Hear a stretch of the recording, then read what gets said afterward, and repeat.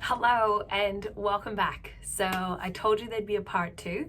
So if you haven't seen part one to this story I'm about to tell you, I will link that above and I'll continue on with part two now. So where we left off, I thought I was going to do a Zoom call, which I don't really like Zoom calls. I'm not a fan of Zoom calls.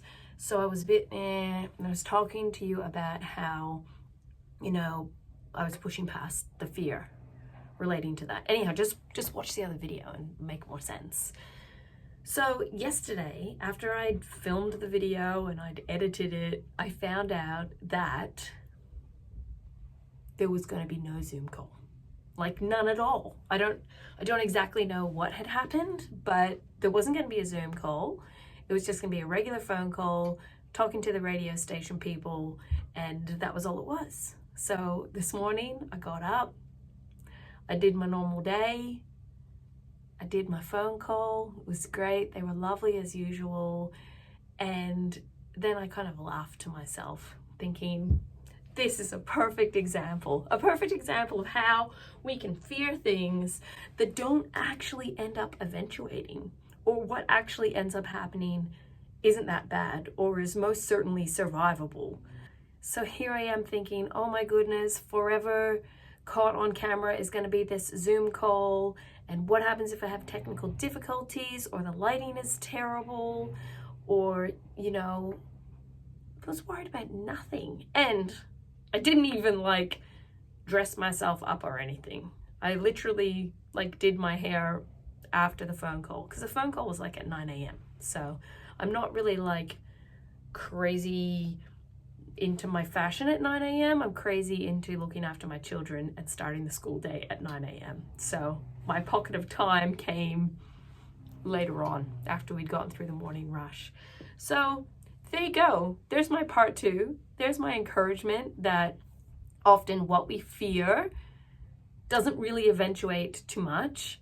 And I just want to reiterate that sometimes if you really look at your situation logically, I am afraid of the Zoom call. What is a Zoom call? A Zoom call is over the internet, a call where you can or cannot choose to show your face, because you can put some nice beach scene over the top of your face, and you can mute and unmute your voice. Thinking about it and tackling it logically made me kind of go, wow, this isn't actually that much of a big deal. And as it was anyhow, I felt on the call this morning, my brain kind of froze temporarily. So I was like, can you guys edit that part out? What a privilege that I can actually have a potentially embarrassing thing that I said edited out. It's pretty good. We don't always have that in life, but I just find in the small instances where I can look at a challenge logically, that it can actually help me for when I'm in a situation where, I'm face to face, can't edit it out, that I can build on the skill. It's so much like decluttering. I am super well versed with decluttering and organizing. I'm very good at it because I've exercised my decluttering muscles for a really long time, and I'm not hugely sentimental when it comes to things, and the things that I am sentimental about are very manageable. I'm not overrun with them. So there's my analogy there. There's my comparison, is that I've got super strong decluttering muscles, and I might not really have super strong anti-fear or anti-anxiety muscles, but I can certainly work on it in the little ways. Because, my husband often says to me, if I start getting really stressed, he's like, Catherine, now, this is the test. It's in the stress, how you deal with it, that really shows if you've had the growth. So, like I said in my other video, it's just very much an encouragement to those out there that, it isn't necessarily just a one and done thing.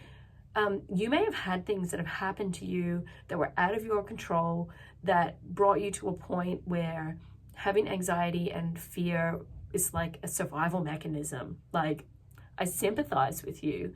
You may have made bad decisions in life that you now have fear of repeating the decisions or never forgiving yourself, but I can tell you it is possible.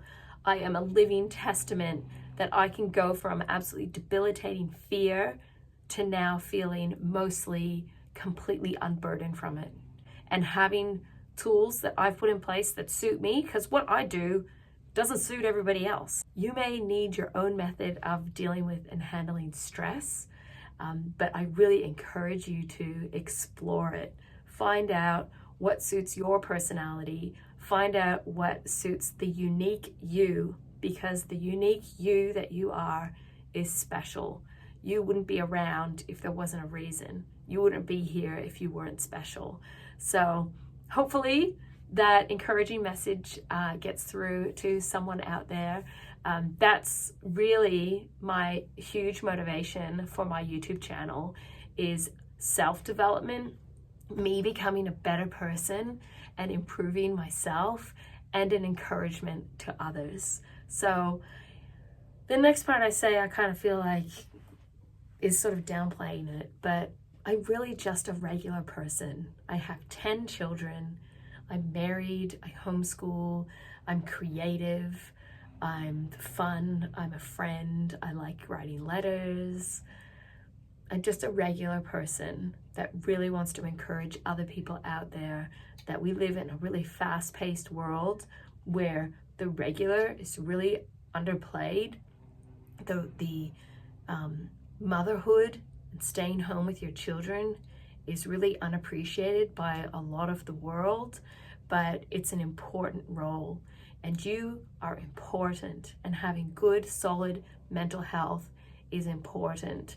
And there's lots of tools out there these days to help people that are struggling, and that you don't have to keep struggling alone, and that developing yourself,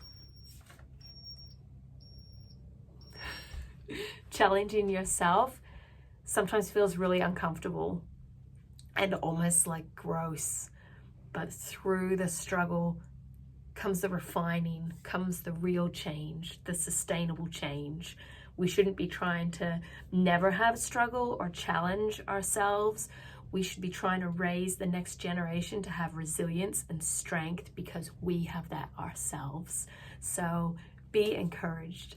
I will get back to my quilting and working on my daughter's quilt, and I will be thinking of those out there that are struggling and need encouragement. And I really pray that there are people around you that can support you and love you. And if you feel there's nobody, comment below and reach out to me, and I'll try to support you as best I can, because a stranger is just a friend you haven't made yet.